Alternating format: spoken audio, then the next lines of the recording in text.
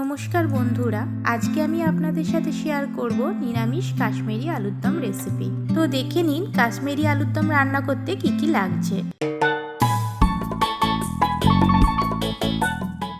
কাশ্মীরি আলুর দম রান্নার জন্য 7টা আলুকে আমি এইরকম সাইজ করে কেটে প্রেসার কুকারে 2টো সিটি মেরে সেদ্ধ করে নিয়েছি গোটা জিরে, গোটা গরম মশলা, 2টো শুকনো লঙ্কা, কাশ্মীরি রেড চিলি পাউডার, চিনি, নুন, হলুদ গুঁড়ো, জিরে গুঁড়ো, ধনে পাতা, পোস্ত, আদা, কাজু, চারমগজ, দই আর সাদা তেল।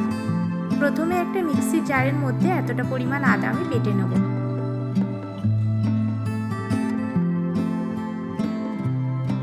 এবার 6 পিস কাজু বাদাম, 1 টিস্পুন চারমগজ আর 3 টিস্পুন পোস্ত আমি বেটে নেব।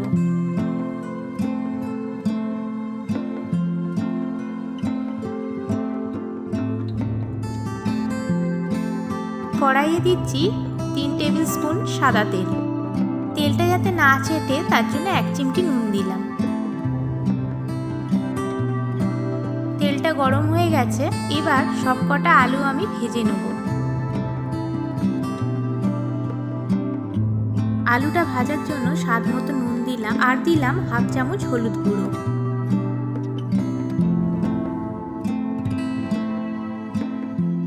আলুগুলো ভাজা হয়ে গেছে, এবার একটা পাত্রে তুলে নিচ্ছি আলুগুলো।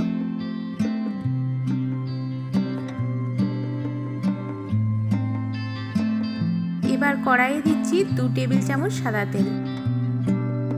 ফোড়নে দিচ্ছি 1/2 টিস্পুন গোটা জিরে, 2টো শুকনো লঙ্কা আর দিচ্ছি 4টে লবঙ্গ আর একটা বড় এলাচ। ফোড়নটা কয়েক সেকেন্ড ভেজে নিয়ে এতে দিয়ে দিচ্ছি আদা বাটা। গ্যাসের আঁচটা আমি একটু কমিয়ে দিলাম।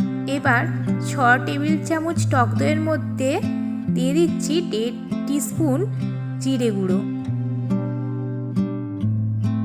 দিচ্ছি 1.5 টিস্পুন চিনি, 1/2 চামচ দিচ্ছি হলুদ গুঁড়ো আর দিচ্ছি 1.5 চামচ কাশ্মীরি লঙ্কার গুঁড়ো। এগুলো দিয়ে দইটাকে ভালো করে ফেটিয়ে নিচ্ছি। মশলা মিশ্রিত এই ফেটানো দইটা আমি কড়াইয়ে দিয়ে দিচ্ছি। দইটা দেওয়ার সময় গ্যাসের আঁচটা কমিয়ে দেবেন, নয়তো দইটা কেটে যেতে পারে। এবার মশলাটাকে ভালো করে কষাতে হবে।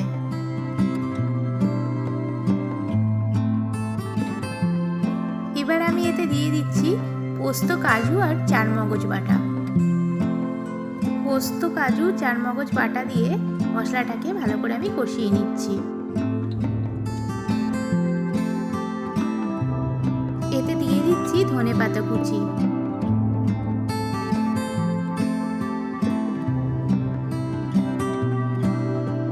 এবার গ্যাসের আঁচটা আমি একটু বাড়িয়ে দিচ্ছি।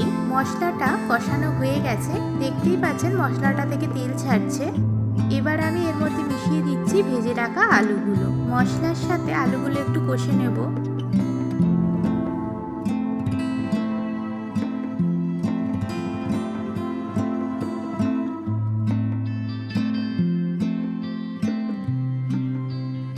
কষানোর জন্য দিয়ে দিচ্ছি সামান্য একটু মশলা ধোয়া জল।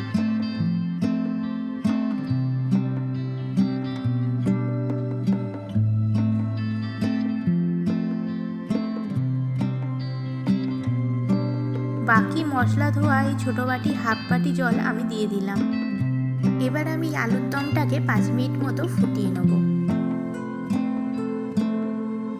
দেখুন আলুর দমটা শুকনো শুকনো হয়ে গেছে আর আমি এতটাই গ্রেভি রাখবো। আমি এবার গ্যাসটা অফ করে দিচ্ছি। আপনারা চাইলে লাস্টে একটু গরম মশলা গুঁড়ো দিতে পারেন, আমি এখন দিচ্ছি না। কাশ্মীরি আলুর দম আমার তৈরি হয়ে গেছে। দেখুন আলুর দমটা শুকনো শুকনো হয়ে গেছে আর আমি এতটাই গ্রেভি রাখবো। আমি এবার গ্যাসটা অফ করে দিচ্ছি। আপনারা চাইলে লাস্টে একটু গরম মশলা গুঁড়ো দিতে পারেন। আমি এখন দিচ্ছি না। কাশ্মীরি আলুর দম আমার তৈরি হয়ে গেছে। আপনারাও বাড়িতে এইভাবেই কাশ্মীরি আলুর দমটা রান্না করবেন, আর কেমন হয়েছে অবশ্যই কমেন্ট করে জানাবেন।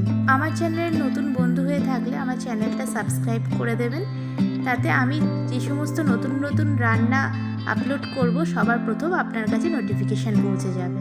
আর রান্নাটা ভালো লাগলে লাইক করবেন আর শেয়ার করবেন। নমস্কার।